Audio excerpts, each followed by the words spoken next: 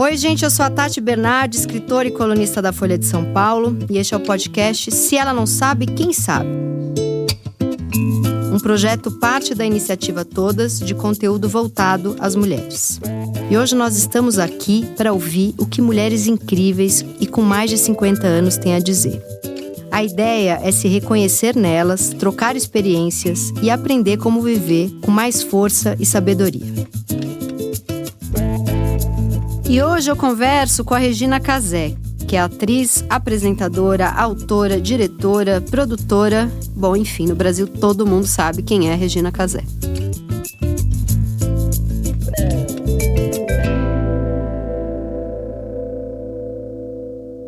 Bom, eu tô aqui com a Regina Casé, essa honra imensa.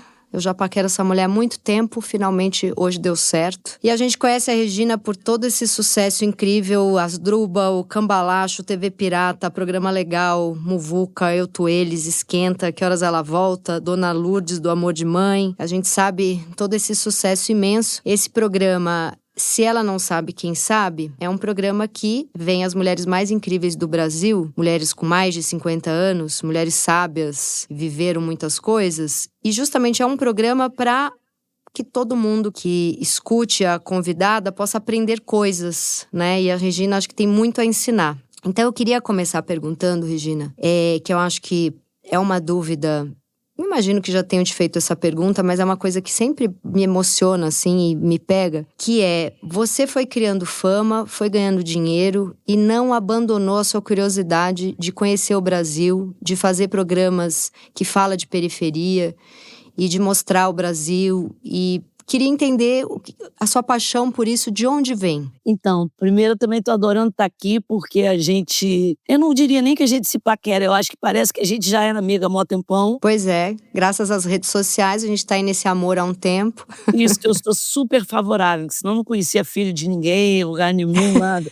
Eu acho uma maravilha. É bom mesmo, é bom, é bom. Também sou fã, essa parte das redes sociais, Isso, ela é boa. perrengues, mas eu acho que tem essas vantagens. Então, isso vem mesmo desde que eu era muito pequenininha e eu tenho uma sensação muito louca de que eu mudei nada desde que eu era pequena. Quando eu penso em mim, que eu lembro, eu tenho memórias muito remotas com 2 anos, eu consigo lembrar de umas 2, 3 coisas com 2 anos, que não tem foto, porque com foto é moleza. É. Aí você lembrou, mas é a foto. Sim. Mas eu lembro e bato com as pessoas mais velhas que ainda têm, e elas falam que é isso mesmo. Eu lembro muitas coisas, e principalmente a minha relação com as outras pessoas, com o Brasil, e é muito parecido com agora, cara. Isso não foi uma coisa que de repente virou, sabe? E eu ia para Caruaru, a minha família é de lá, né, de Pernambuco. Meu avô, Casé e tal. O jeito que eu andava na feira de Caruaru, as coisas que eu comprava para trazer, assim, com 12 anos, que é a idade que meu filho vai fazer daqui a pouco. Eu trazia, assim, milhões de coisas, um pilão de bater não sei o quê, o outro negócio. Por que uma criança de 12 anos se interessava por aquilo? Eu não sei, mas eu achava que o fato daquilo não ter na minha casa, de alguém usar aquilo, eu achava tão interessante essa curiosidade, como é que funciona, e eu sempre tive, e principalmente com o Brasil, sempre tive essa sensação de que aqui era muito legal. Eu tive a experiência, quando era adolescente, que a minha mãe morou muitos anos em Portugal. Não nessa leva agora, 200 anos atrás. E aí eu ia lá, eu achava legal, eu achava bonito, mas eu via a diferença de uma cultura viva nossa aqui agora. Eu falava, puxa, quanta coisa que aqui eu vivo na feira, ou eu vivo no mercado. Então, eu acho que eu tenho essa percepção desde muito tempo e fico muito feliz de não ter perdido essa curiosidade. Falo isso todo dia para o Rock. O Rock é a primeira coisa para tudo, você se dá bem até na escola. Você tem que ser curioso, você chegou num lugar, você tem que entender qual é daquele lugar, você conhece uma pessoa, ser curioso e ir atrás bom, ao mesmo tempo, né, tudo que é a maior qualidade é o maior defeito. Os meus filhos, principalmente a Benedita, que é a mais velha, quando eu entro, por exemplo, no táxi, eu falo, oi, boa tarde, a Benedita fala, não pergunta de onde ele é. Que vai começar. Vai começar aqui, vai ter algum programa. E o Rock faz a mesma coisa. ele vê uma pessoa interessante, eu vou me dirigindo, ele fala, não, mãe, agora Ai, não. vai começar, ela vai querer saber Fazer tudo da vida da formação pessoa. profissional, assim, braba, que eu tenho nesse sentido. Mas eu acho que o que me move, o que me mantém, assim, com essa... Eu até ontem ouvi essa palavra, achei bem melhor que jovialidade, porque isso já, jovialidade já pode estar velha e que está parecendo jovem. É vivacidade. Eu acho que o que me dá essa vivacidade é essa minha curiosidade tão constante, presente para tudo, assim. Sim. E você nasce numa família classe média? Como que é quando você nasce, a sua família mora em que bairro do Rio? Você nasce no Rio, certo? Sim, tem uma coisa, é uma família bem, assim, atípica, porque, assim, a geração logo atrás, por parte de pai, por exemplo, meu avô Cazé, que foi um cara incrível, assim, pioneiro do rádio e tal, ele veio de Belo Jardim, de Caruaru, de Pernambuco, tipo, veio pau de arara, assim, trabalhou na estiva, os Uhum. primeiros tempos dormia no banco da rua, e darararará, só que ele era realmente um cara muito criativo, muito esperto. Ele primeiro carregava a rádio, e rádio nos anos 20, 30 era um armário, né, daqueles E grandões. carregava mesmo, não é que Ele ele era o ca carregava, não era expressão, carregava a rádio nas costas, não, ele ele carregava trabalhava mesmo. na estiva carregando, que era um Uhum. produto importado e tal. E aí ele foi evoluindo e começou a instalar na casa dos caras, das pessoas. Depois ele inventou por conta própria uma consignação, que ele mesmo dizia, botava um paninho com um vasinho em cima e deixava sintonizado. Ficava assim. E ele é bem aquele nordestino que ama tecnologia, que você pode reparar como o nordestino ama. Sim. Antes amava rádio de pilha, relógio. Meu avô desmontava tudo, carinha de sola, assim, sabe? Aquela coisinha. E ele começou a sintonizar a rádio e deixava funcionando. Quando ia uma semana depois, todo mundo comprava, né. E aí o cara viu que ele estava comprando muito, ele quase virou sócio do cara do rádio, aí ele comprou uns rádios que já eram dele, até ele comprar ondas curtas e fazer um programa de rádio, depois virou um programa... Isso é maravilhoso, ele começou vendendo rádio e virou um radialista, é E isso. nem existia radialista, nem programa de rádio, na verdade. Só Sensacional. tinha programação gringa, entendeu. Mas ele foi lá, E é pai do seu pai? pai do meu pai. Então ele não tinha grana nenhuma, é um caso raríssimo desses de mobilidade social. Uhum. O que até fez ele virar um cara bem reacionário durante um período da vida, porque ele achava que qualquer pessoa que trabalhasse, se a pessoa não tem nada é porque não trabalhou, e não é verdade. Entendi, Mas entendi. ele chegou a ficar um período assim, depois mais velho ele caiu na real, mas... Ele passou por uma fase de meritocracia, né, porque já que ele conseguiu, ele achou que Isso, não tinha desculpa, né. isso. Mas eu entendo, eu consigo entender o seu avô, apesar de que a direita, a extrema direita roubou esse conceito de um jeito horroroso, né, e eu nem gosto da palavra meritocracia. Mas eu consigo entender ele ter muito orgulho da trajetória dele e de repente olhar para alguma pessoa e falar, bom, se mexe, né. Isso. Aí ele foi, tipo, Cassino da Urca. Ele foi o primeiro patrão da Carmen Miranda, do Noel Rosa, muito maneiro, assim. O Noel Sensacional. Rosa era contra a regra desse programa de rádio dele.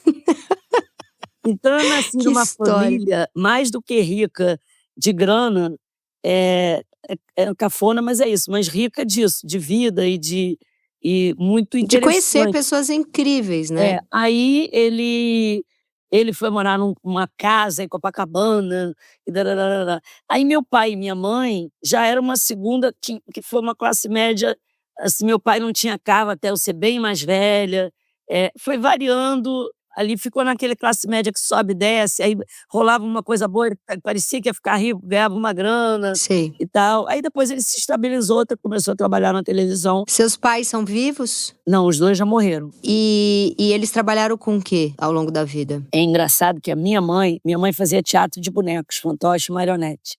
Eu também trabalhei com ela muito tempo fazendo isso. Fim de semana, em escola. Quando eu estava de férias, ela me botava para trabalhar, eu dava aula na Pestalozzi, dava aula em vários lugares, assim. E para Aula fazer de quê? Aula os desse teatro? bonecos, de como fazer Ah, os tá. bonecos de papier-mâché e como manipular os fantoches de marionete. Depois a gente fazia lançamento de prédio, fazia aniversário, fazia em escola. Às Isso vezes, você pequenininha, 13, 14. isso, aí mesmo. Tá. E aí, ainda continuei um tempinho até eu mesma começar a fazer teatro de gente, né, sem ser de mulher. Uhum. E a minha mãe, assim, se separou do meu pai, eu devia ter uns 10 anos, e aí ela ficou aquela pessoa que se vira, faz uma coisa para vender, faz teatro de mas não tinha grana, sabe, assim. Sei. Meu pai trabalhava na televisão, mas também muito assim, trabalhava numa televisão, aí ia para São Paulo pra trabalhar noutra, depois só mais velho que ele foi trabalhar na Globo, fez o Sítio do Capão Amarelo, virou um Uhum. diretor importante e tal. Mas a minha primeira infância era bem mais bagunçada mesmo, filho de artista, que um dia tem grana, outro dia não tem, sabe, assim. Sim. Mas você estudou em colégio particular? Estudei em colégio Teve particular e colégio de Sim. freira a vida inteira, e só Eu tinha estudei em colégio de padre. Só tinha menina na minha escola. A minha escola era uma coisa bem maluca, assim, na minha vida, bem dividida, né, uma esquizofrenia de escola que era assim. A minha casa era uma liberdade e, assim, um tipo de educação que eu não via em nenhuma amiga, nenhuma, nenhuma. Como era? Dá exemplos. Meu pai escrevia todos os poemas dele na parede, os Ah, amigos desenhavam e pintavam, a gente podia escrever na parede, a casa lotada de gente, música o tempo todo, a noite toda tendo gente, e a escola era uma escola de freira, só com meninas. Pra você ter uma ideia, a minha escola não tinha nem clássico, só tinha normal quando acabava o ginásio. Só nossa. tinha opção de ser E professor. você conseguia aguentar, ficar num ambiente tão diferente? Pois é, era um pouquinho difícil para lidar com as meninas e os pais das meninas, que eram muito diferentes. Mas com a escola em si e com as freiras, é esquisito, porque todo mundo, eu vejo filmes sobre isso, né, e a pessoa reprimida, estudou numa escola de freira, e aí eu não sentia nada disso. Eu me interessava muito por aquele mundo e até hoje me interesso. Eu não me sinto oprimida numa igreja, eu gosto, eu sei a vida de todos os santos, eu sou praticamente, Muito bom. como é que se diz? Não digo uma especialista, né, como é que chama isso? Só a geografia, a vida de santo.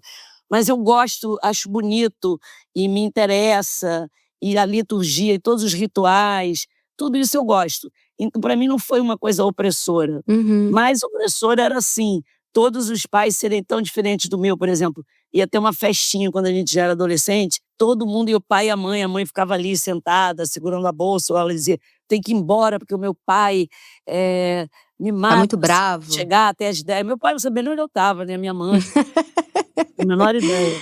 Hum. E era você quantos irmãos?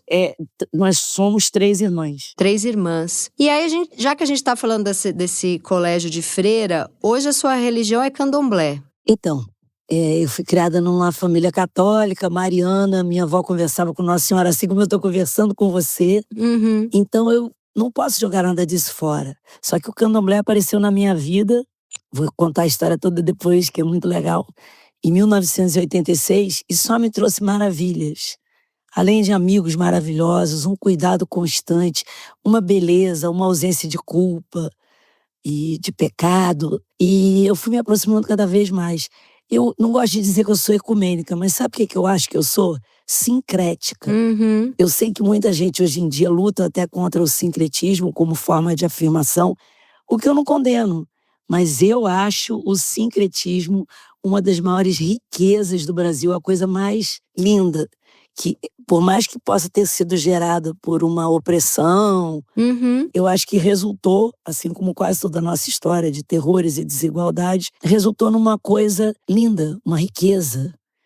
Eu acho o sincretismo hoje em dia, quando eu penso na festa de São Jorge, que é a festa de Ogum no Rio de Janeiro, que é a festa de Oxóssi na Bahia, e São Jorge presente ali, a Igreja Católica, eu acho tudo isso maravilhoso. Então eu não consigo dizer, esta é a minha religião. Eu sou sincrética, como o Brasil. Meu pai e minha mãe deram uma formação, assim, bacana.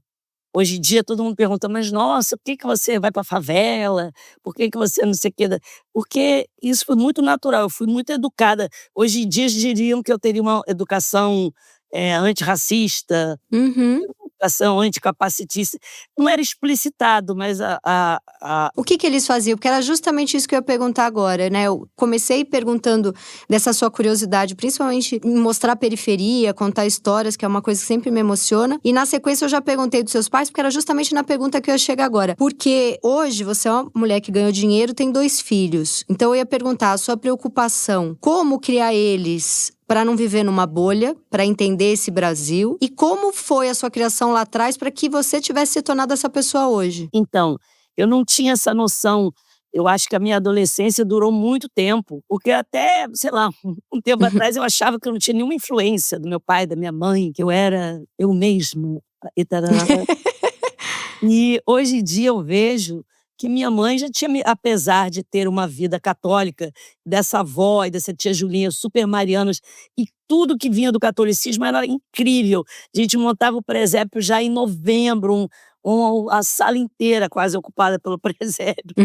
Tudo isso, e que isso eram coisas boas que eu não posso negar, jogar fora, né? Igual construir uma casa linda para mim, eu falar: "Não, mas o candomblé é mais legal, eu vou lá".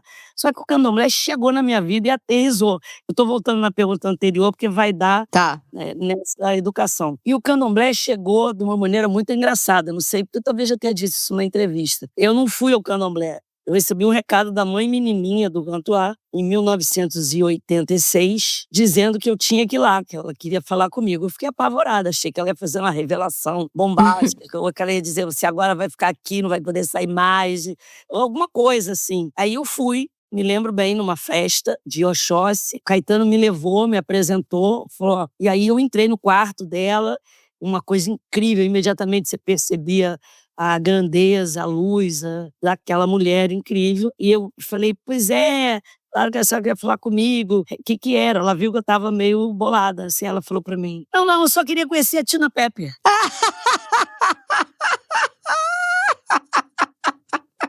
Que história maravilhosa. Eu estava fazendo a novela.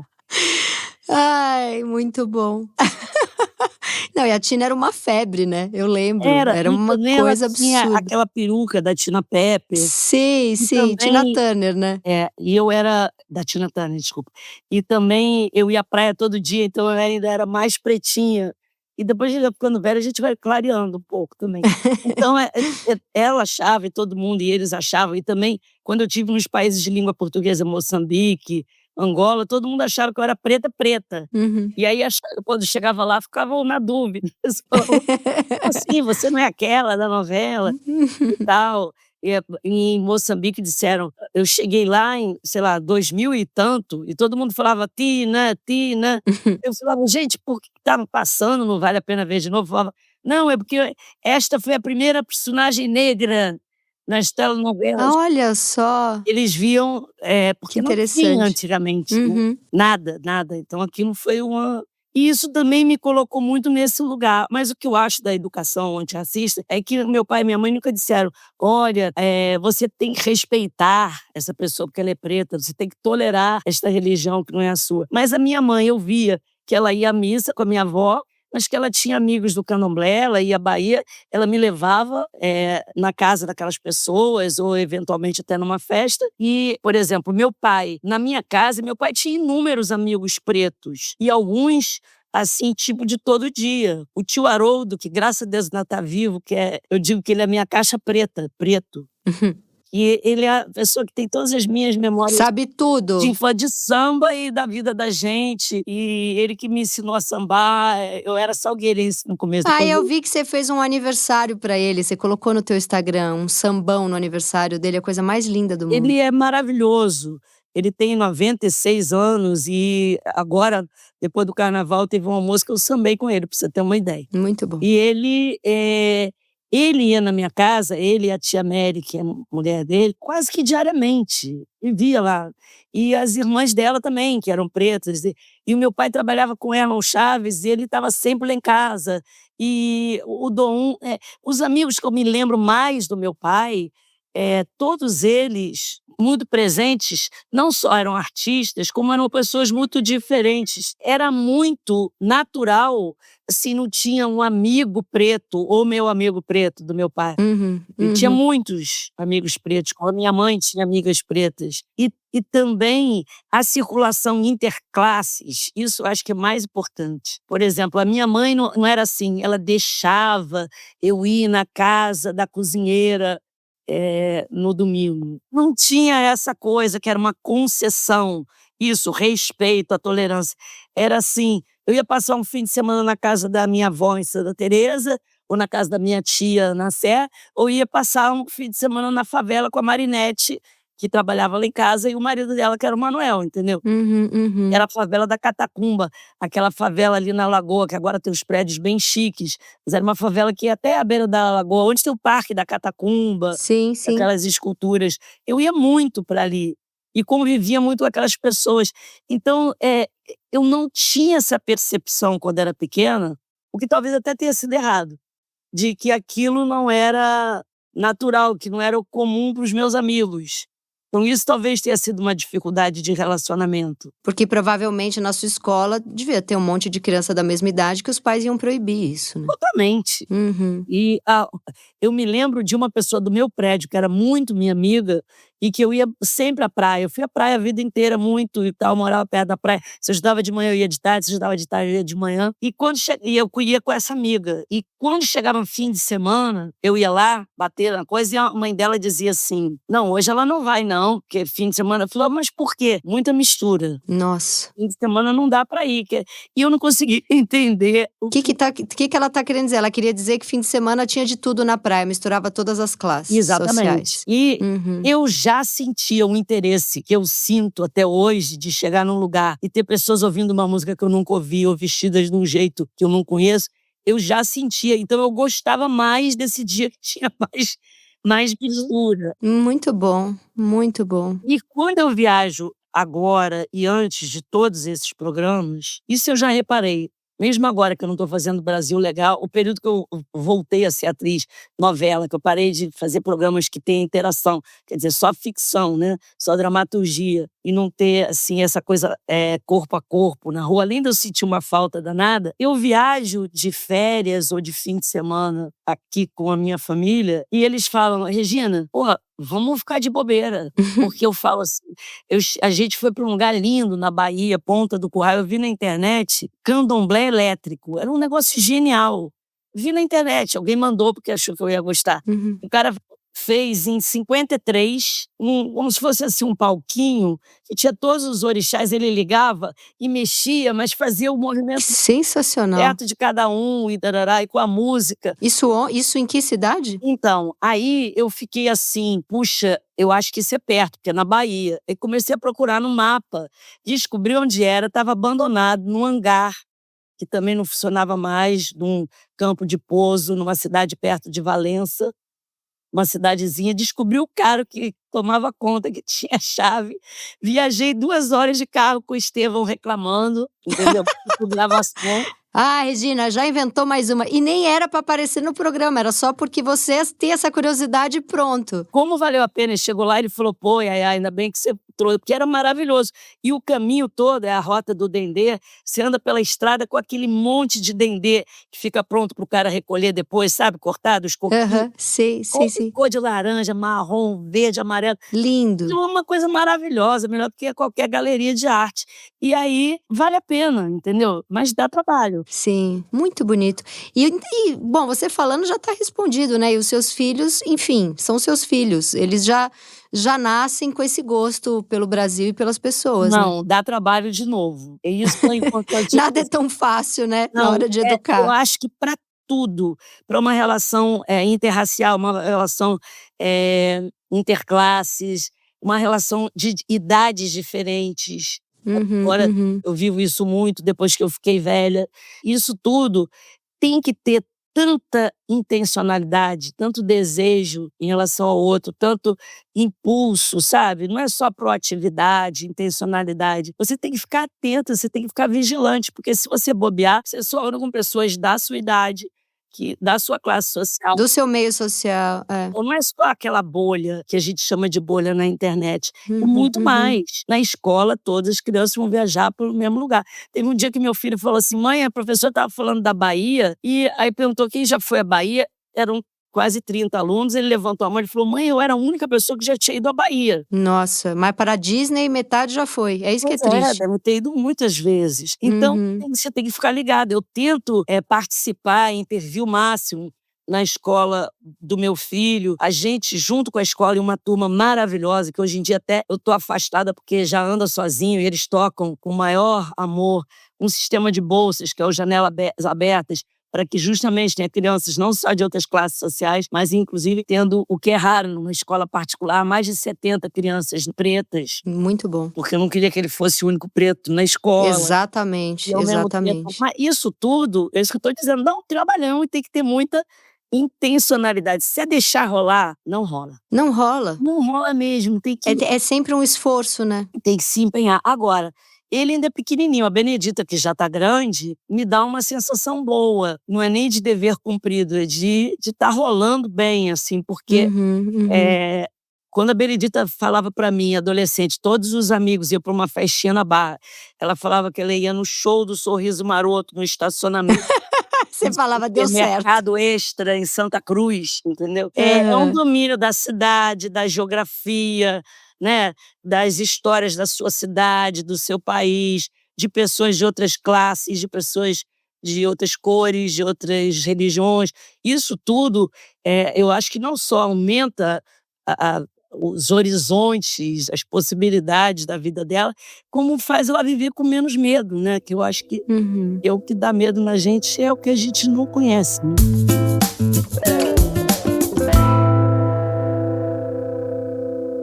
E como que começa esse seu amor? Porque eu até fui ter certeza se você tinha nascido no Rio ou na Bahia, porque você é cidadã já lá, né?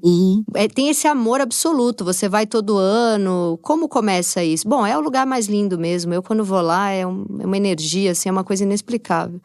Eu também sou muito apaixonada. Eu experimentei isso pela primeira vez quando eu tinha 12 anos. Esse meu avô de Caruaru, ele dizia que o médico dele não deixava ele andar de avião. Mas é mentira, ele tinha medo, então a gente tinha que ir até o Recife de navio e aí pegar um carro para ir para Caruaru. E esse navio parava na Bahia.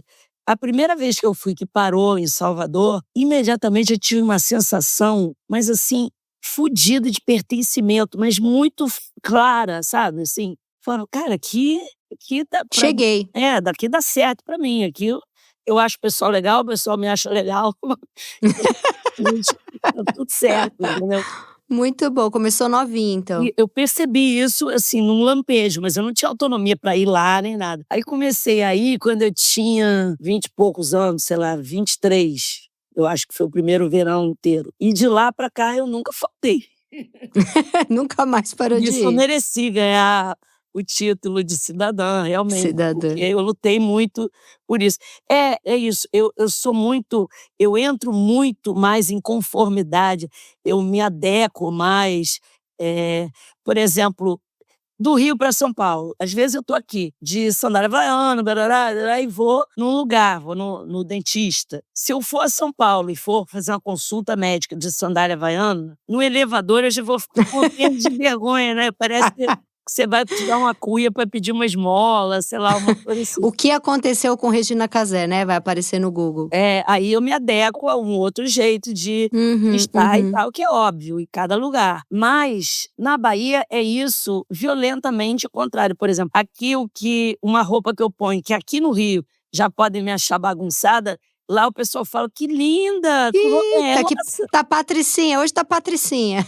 E, não, acho linda aquela minha roupa que, sei lá, é uma roupa que eu comprei um pano e fiz com coisa. Ah, entendi. Aquilo É tudo muito original, né? Funciona e dá certo, entendeu?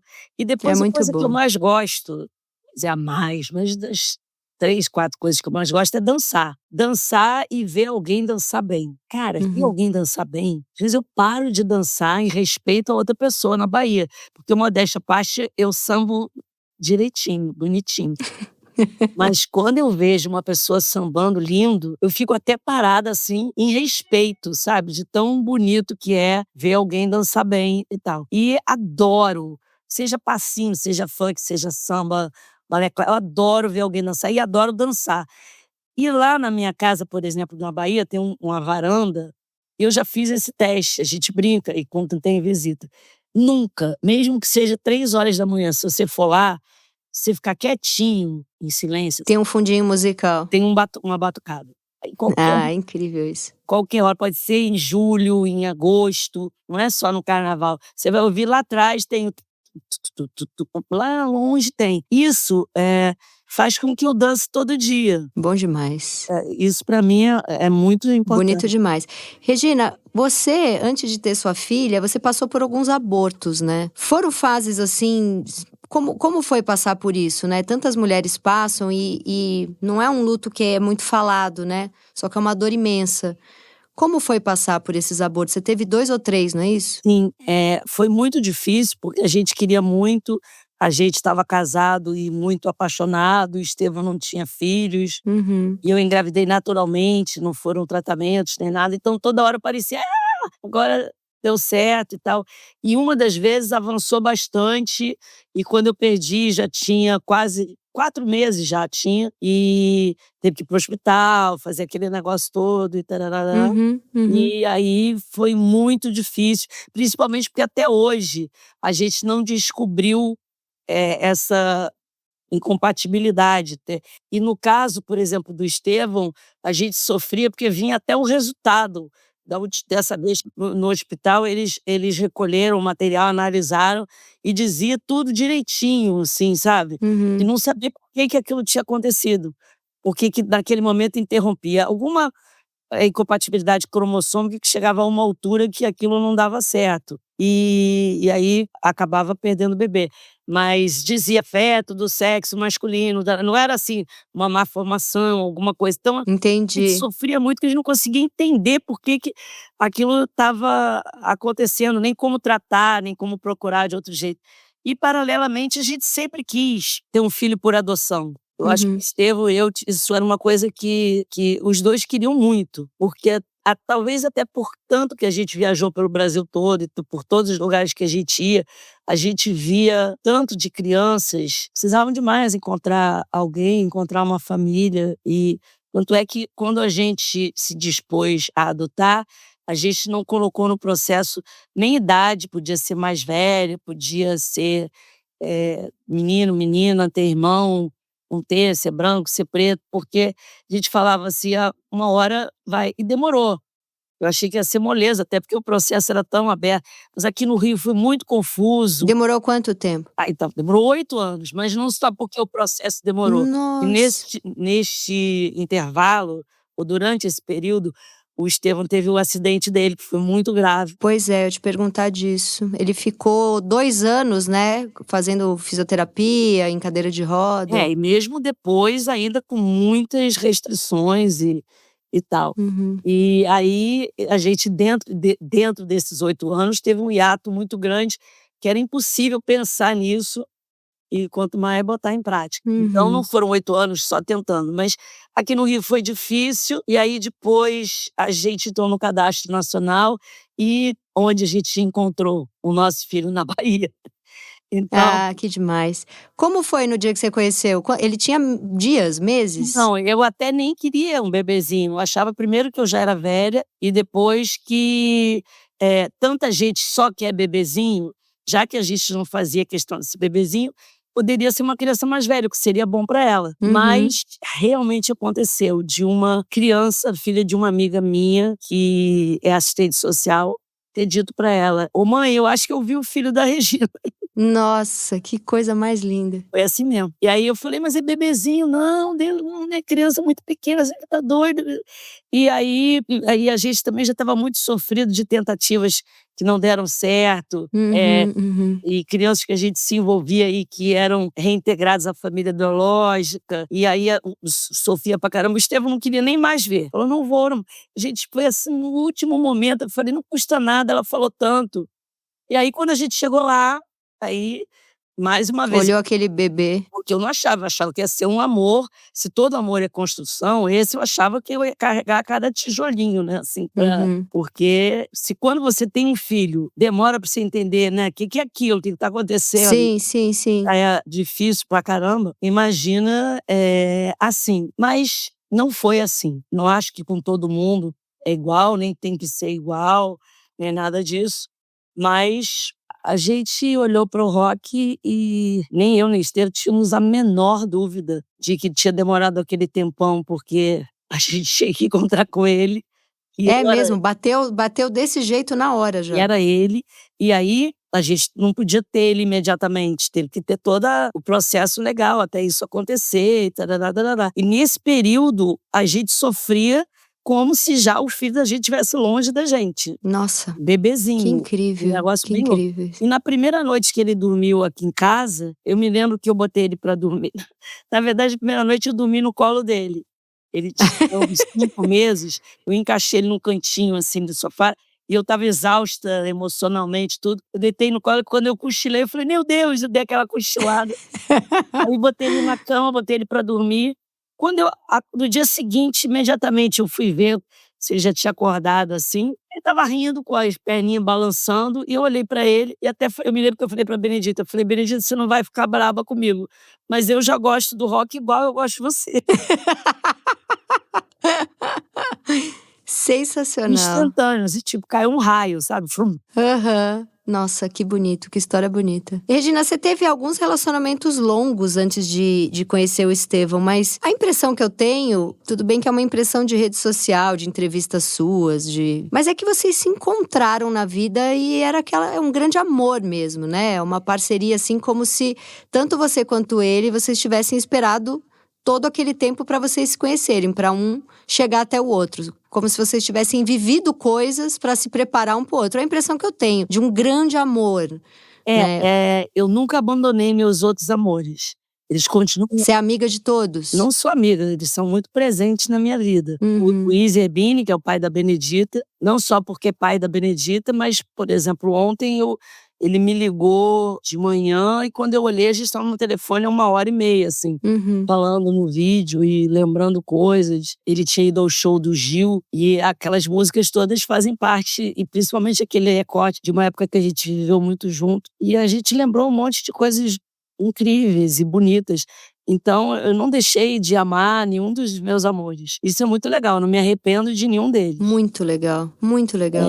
O Hamilton, que também eu fui casada e que tudo foi a primeira vez que a gente fez uma peça, um trabalho, a gente virou adulto junto, né. Uhum, Virou uhum. ator, virou tudo junto.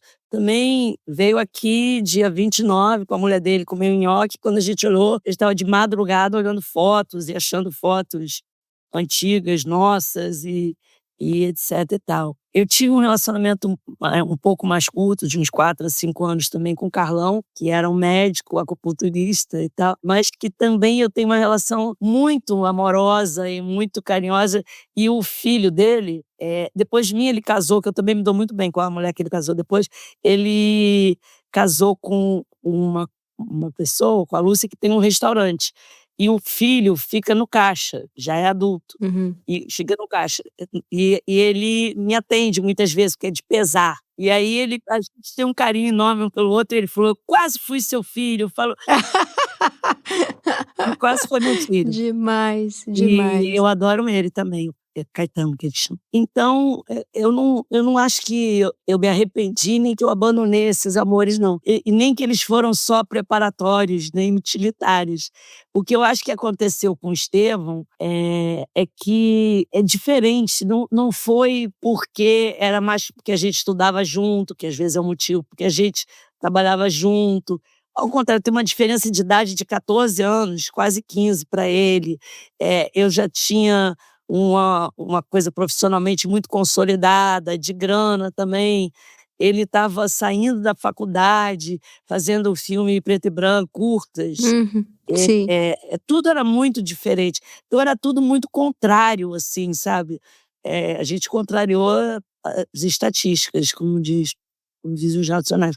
Então era muito para não ser.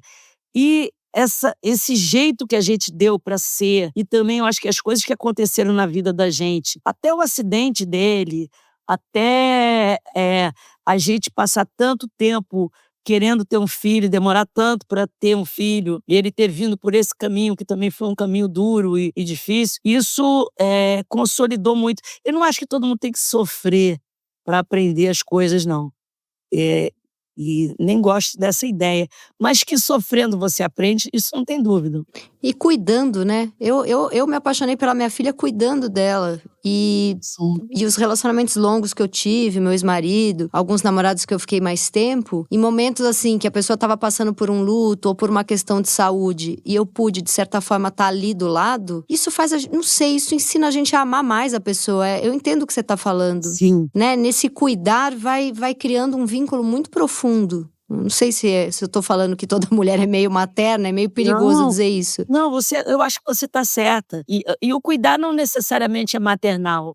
Você aprende muito, né, quando você está lidando com a outra pessoa. Você está podendo fazer uma coisa que você precisa muito, que alguém cuide de você. Sim, Todo sim, mundo sim. sempre está Eu precisando. tô sempre garantindo que vão cuidar de mim. Eu cuido de todo mundo, 40% nesse pensamento egoísta de espero que quando for a minha vez. Poupança de cuidado, né? Exato, exato.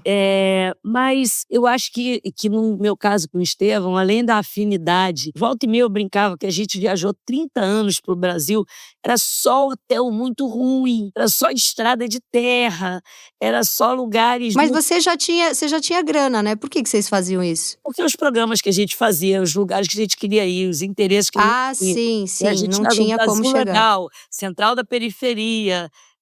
Não Uhum. só ele, a minha equipe toda dizia: Regina, a gente vai para Paris, mas só grava nas cités, né? Fala, pô, vamos fazer o Central da Chiqueria uma vez, a gente nunca fazia Uma vez na vida, né? coisa chique assim e tal. Mas é que Uhum. os programas e as coisas. E também porque eu achava que tinha. Não era só uma lacuna, uma distorção na televisão de que o Brasil, a televisão é muito importante no Brasil, eu tenho muito amor pela televisão, tenho Uhum. gratidão pela minha história na televisão, mas era como a televisão é um espelho, você olhava e estava faltando um braço, uma perna, porque agora você Total. vê muitas pessoas pretas na televisão, você começa a ver pessoas com deficiência na televisão, mas era o Brasil, tem 56% da sua população negra, se ligava à televisão, quando eu comecei Não via. e não via, nem na publicidade, nem na dramaturgia, nem em lugar, nem no jornalismo. Isso é uma mudança muito rica que aconteceu e tal.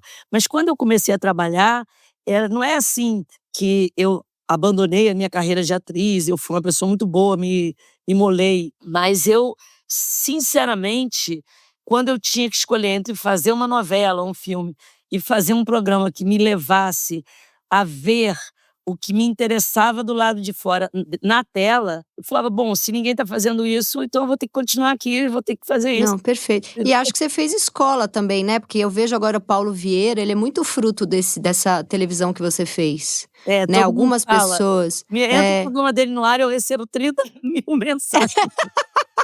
Eu Nossa, não consigo ver ele sem pensar em você. parece o Não, Brasil você. legal.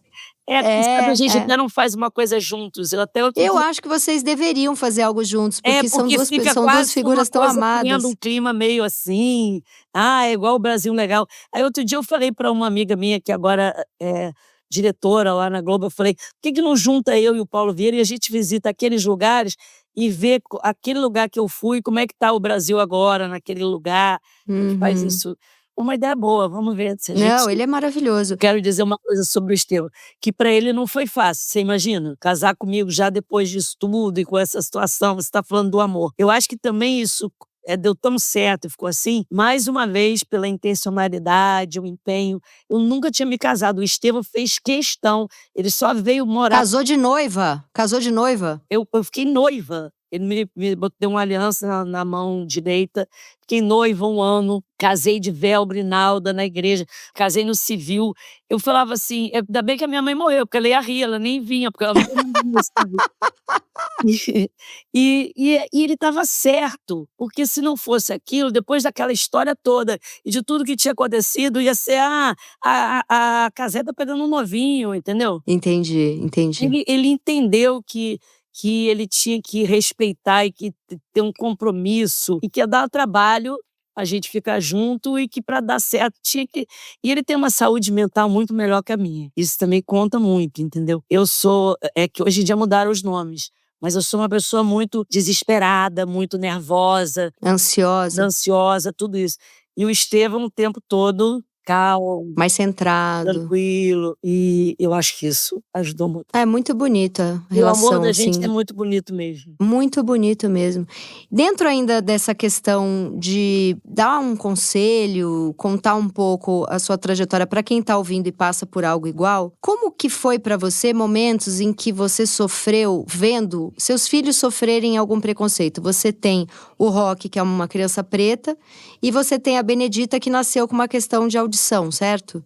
Não, ela nasceu ouvinte. Ela teve pneumonia e tomou antibiótico com garamicina ototóxico e aí ficou surdo. Teve uma lesão. E você já viu ele sofrendo preconceitos? Como que você passou por isso? Então, por incrível que pareça, muito mais a Benedita do que o Rock. Apesar de que a deficiência dela é muito menos aparente do que a cor da pele. Uhum. Mas eu acho que a época que ela estava na escola, a escola estava menos preparada, as crianças estavam menos preparadas, os professores estavam menos...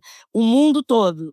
Então, eu acho que para ela foi muito duro. Eu mesma me considero muitas vezes ter sido uma mãe capacitista, dizendo: você vai para a festa de aniversário, não precisa pôr o aparelho. Uhum. Vai na festa, ou arrumar o cabelo assim, para não aparecer o aparelho, em vez de fazer um rabo de cavalo. Sim. Que eu achava que aí iam tratar ela mal e não educá-la no outro sentido, entendeu? É proteger, mas não fortalecer, né? Então eu acho que para a Benedita foi muito mais difícil, porque o Rock, eu acho que desde pequenininho a gente conversa tão claramente sobre isso, e eu também tenho tanta, como é que se diz? Tão mais experiência, primeiro com a própria Benedita, né? Sim. Em vários sentidos. Todos os nãos que eu ouvi, que a Benedita tinha que falar, se comunicar apenas por libras, porque ela nunca ia se oralizar. Ela não só se oralizou, como era pesquisadora musical do Esquenta, entendeu? Sensacional. Apenas isso. E era só não, não, não, não, não, igual o Estevão nunca ia sair da cadeira de roda.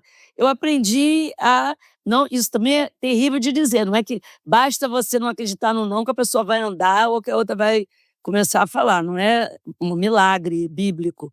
Mas eu acho que ajuda muito você desconfiar de cada não o tempo todo e vai até onde desce. Se não deve, você recua um pouquinho, entendeu? Sim. Mas não partir do princípio que não vai dar. E no caso do Rock é isso. Antes dele entrar para a escola, 2 anos antes, era uma escola nova que estava surgindo, eu já tinha reunião aqui toda semana pensando como é que a gente ia letrar esses professores, como é que a gente ia colocar o maior número de crianças pretas, como é que a gente ia dar bolsa de estudo para ter o máximo de diversidade nessa escola.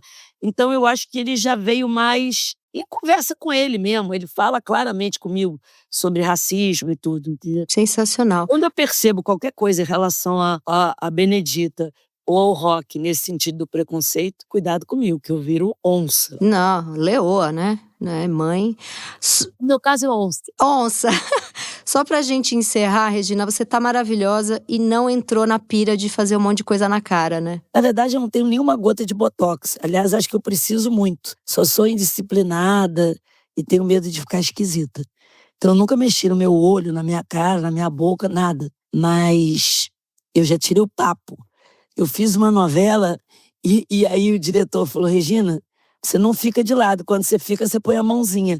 Porque no meu pescoço, eu tinha emagrecido e aí ficou um papo que eu detestava. Aí, esse papo eu fiz.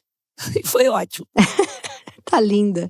Regina, você é um espetáculo. Tô apaixonada. Obrigada, meu povo. Eu vejo que toda hora tem um monte de gente na sua casa. Eu sinto muito, eu vou aparecer aí. Porque você sempre coloca no Instagram.